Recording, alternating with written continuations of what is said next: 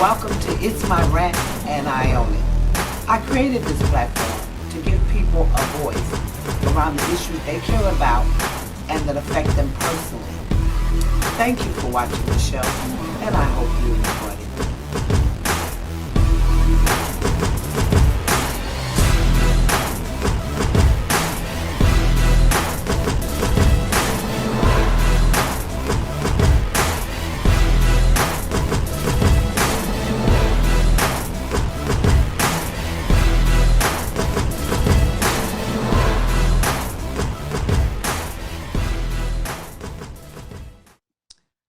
Hey everybody, welcome to It's My Rant and I Own It. Hope you're having a great Saturday today. So let me start right off with my rant. The schools. I have an issue with the virtual learning piece. Young people that we serve at Kids Off the Block, they tell me about they were sent back home. And a lot of them were going to the physical building to learn, yeah, but also to get away. And because of the pandemic, they were sent right back into their homes. Like, I know the first thing is for them to be safe, for teachers to be safe, for staff to be safe. But man, let me tell you, I hated it. I hated it because I knew where these young people were coming from. They were struggling in the physical building. And I'm not the only one that thought like that. I was reading the American Academy of Pediatrics. They were saying the same thing, like at-risk youth were already at risk, educational-wise. And then the pandemic hit, and what happened? People didn't even think about the consequences they would have to endure while being in a home environment, let alone not having the technology to keep up. They were struggling already. I mean, it just boggled my nerve. I was upset. I was hearing from kids and young adults who were in school, who were in college, high school. Miss Diane, it's hard for me to concentrate in my environment at home. And plus, I'm going to tell you what was the biggest thing. They couldn't socialize. See, we don't realize how important that is for young people to be able to socialize. We put them in these predicaments, and then we say, oh, but you can learn. You can do that. I'm 64 years old, and I've been through so much trying to learn. But if you put me in an environment where I'm traumatized and then ask me to learn, do you think I could do that? Even with my own experience and growth in life. Well, you're talking to children, and you're talking to teenagers and young people who already got issues. I always say if older adults would just think back to when they were young, because, I mean, you had to be young to get old, right? So, I mean, think about it. I tell everybody I was off my rocker. I was. I was young, though. My mind wasn't there. And now you're telling me because of a pandemic that adults cannot handle, I have to suffer for it as a kid. And I'm sitting at home and you're telling me what I need to do from a faraway teacher who's trying their best. My family's behind me, but my family's struggling. And then I have no friends I can talk to. I have no way to release. There's no way I can go. Yeah, it was pretty bad. And right now, I was reading this morning about a report that says that they're failing. No surprise. Because when you're traumatized, that's not the number one thing on your mind. It's survival. Well, for young people, survival is socializing. It means everything. Your peers mean everything. Your friends mean everything. That's your way to release. I dare you to talk to some young people about that. I just dare you to, because they're going to tell you. One thing about young people, they'll tell you the truth, whether it hurt or not. But let's think about that as we transition them back to physical school. And that's the last thing I want to talk about. Transitioning them back to the physical school. What's going to be there? What's going to be there for them to be able to release? Are you going to have activities, physical ed, something because of what they've come out of. And will you have something where they can create bonds again? That's my rant. And yeah, I own it. So I'm super excited though about my guest coming up in a minute. Her name is Grace Baldridge. And when I tell she had a documentary program called State of Grace. And she came out to interview me, and I just fell in love with her because she's so like she's just got so much energy and she's so inspiring. And she's done so many other things. I want her to tell you about it. But I also want to hear Grace's rant. So stay with us. Thank you.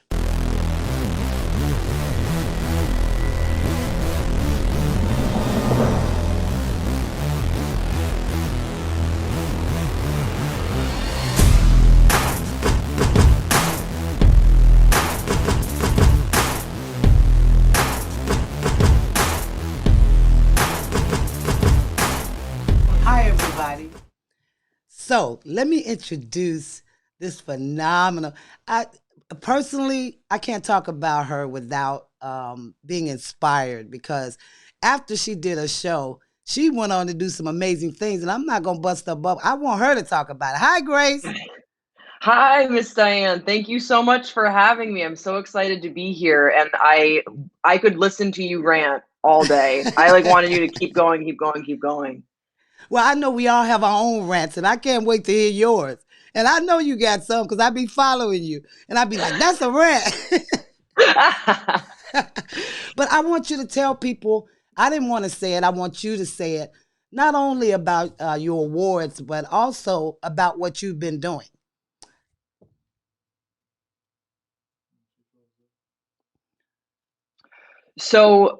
I hosted a documentary program called State of Grace, where we went around the country and we explored the intersection of faith and American life. And we looked at a bunch of different issues regarding that. Like we looked at gay conversion therapy, we looked at the death penalty, and how people form opinions on this based on their faith.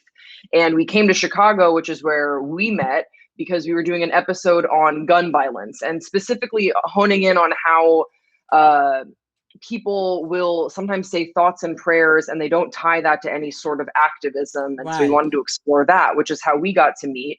So I did that show, and we were doing it all up through the pandemic. And then the pandemic hit, and it wasn't, everything got canceled with filming, everything kind of dried up.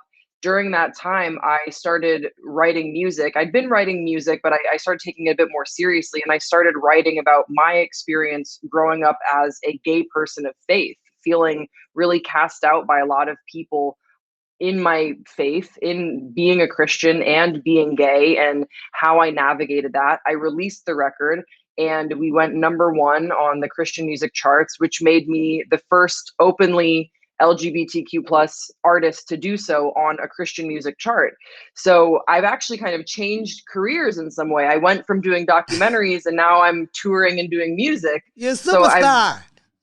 yeah, I don't know. It's been a very interesting year and a half figuring out my place in the world. But I've been thinking of you a lot because something that was so inspiring when we spoke was how you were talking about, it's never too late to take action in your own life and to be proactive in your own life. And I feel that more than ever as I sort of navigate a new career that I didn't expect, going on tour and playing music. It's not something that I'd anticipated, but I remember you just said this over and over again in our interview, it's never too late. There's no timeline for when you can just take action in your life. And Right. I think that that's something I could rant about, but I'm just thankful that I heard from you, I guess about 2 years ago now, just saying you can always, you don't age out of being yourself and having an exciting life.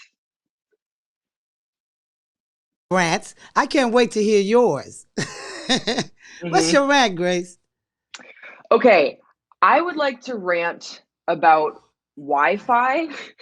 Stay with me on this. I think that Okay. Wi-Fi I think that Wi-Fi should be like any sort of public resource, because right now you need Wi-Fi to participate in schools, to Yeah. apply for jobs. Yeah. You can't exist in this modern age without a good Wi-Fi connection. And yet you have to, it's this resource that isn't public. It's a privatized thing. You have to have a Spectrum account, or you have to go through Comcast.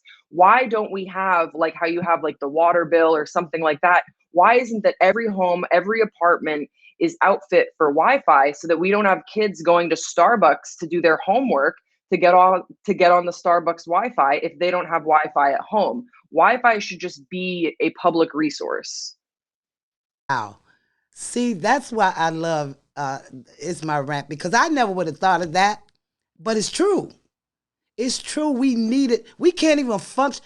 Matter of fact, we can't function without our phones, and our phones can't function without Wi-Fi. Yeah. But so it's privatized in this way where it becomes this commodity and different companies can drive up prices. But we know that people need it to make an honest living, to just connect with people. Your point before about socializing, you're like, some kids, if they don't have Wi-Fi at home, how are they going to communicate with their friends? They have to go to the nearest, like I said, Starbucks or Taco Bell or wherever to get on that Wi-Fi, because they don't have it in their home.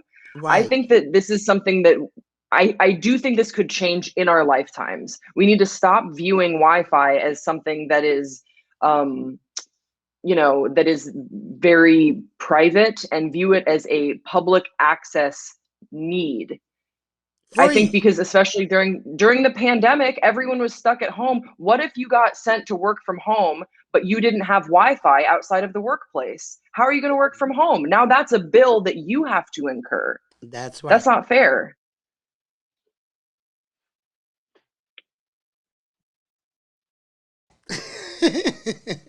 It costs too His much. rant.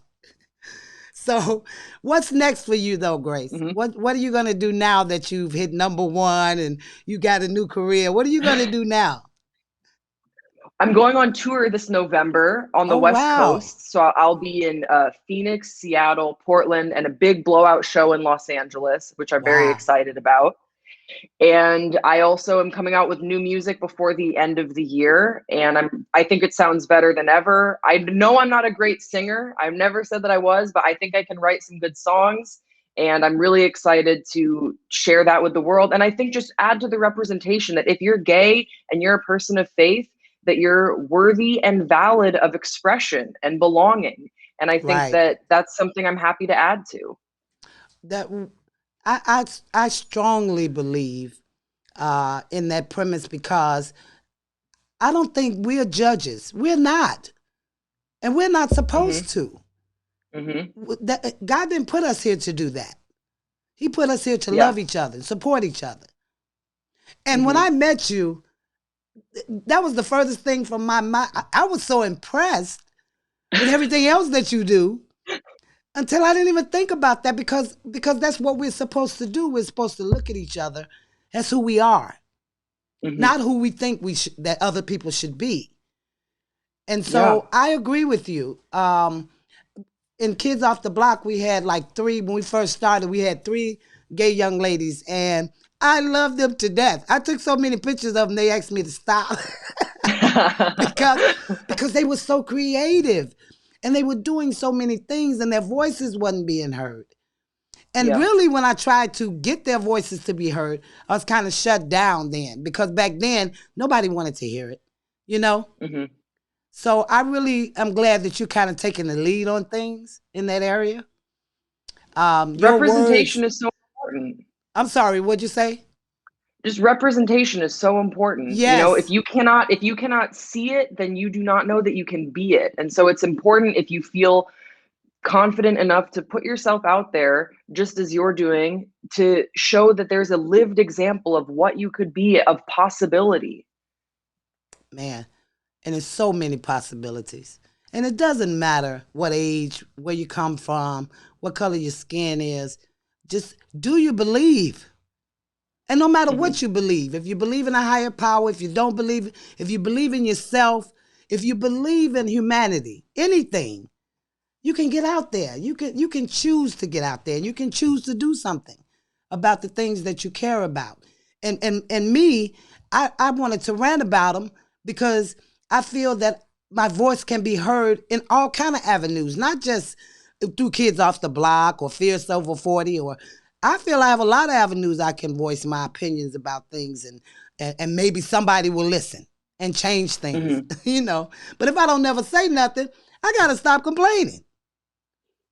Yeah.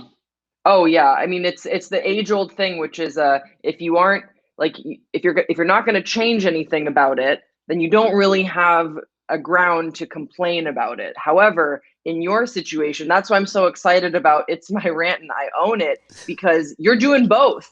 I think it's so important to get these rants out there because it's this very cathartic feeling of like, Yeah. oh, thank God someone said it. Thank God Miss Diane is saying these things. And then it's also, but she's doing the action. So it's inspiring as well. Like, okay, I hear this rant. Now, what could I do about it in my own community? And I think Right. anyone that spends time with you gets that same feeling. Yeah, because everybody got issues in their communities or their lives that they care about. And they fuss about them behind closed doors or only to friends. So voice your opinion, whatever you care about. So, but I want to thank you for coming on the show. I want to encourage you to keep going. I love your lyrics. They are inspiring. And I'm going to try to fly to one of your shows if somebody give me some money.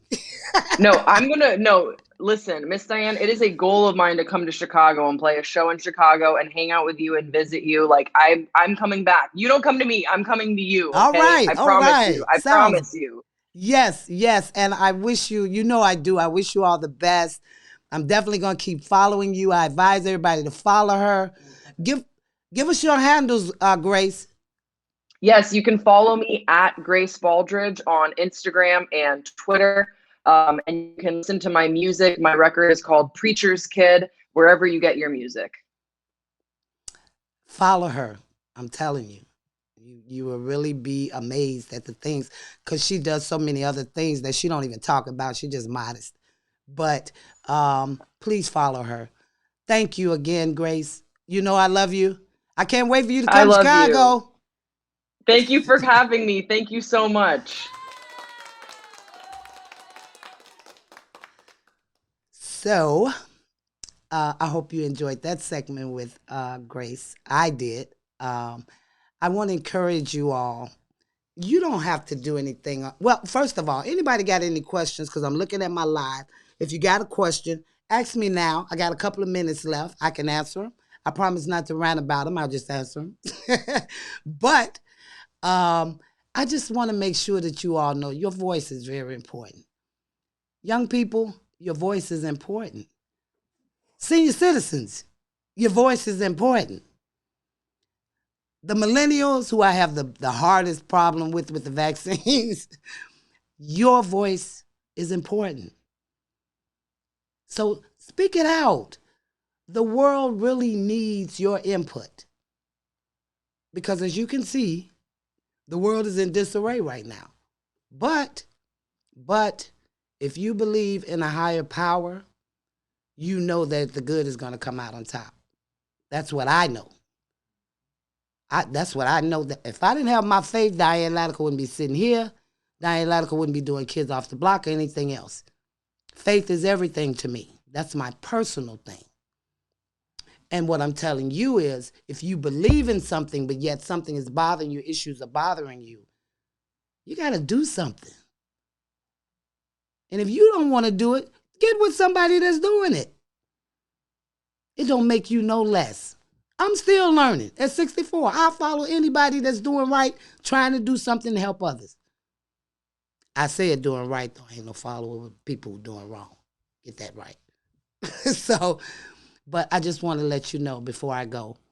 And thank you for watching the show. I really appreciate it. I'm going to keep this up. I thank you, WDB Marketing. Y'all see they set it out. Look, they is so boss, right? I mean, I come in here and I look at it, I be like, wow, it don't even seem like I'm the one that's sitting here. This is so cool. So they do excellent work. They're in out in South Holland. And you ought to get in touch with them because I love their work. Thank you. Enjoy your Saturday. See you next time.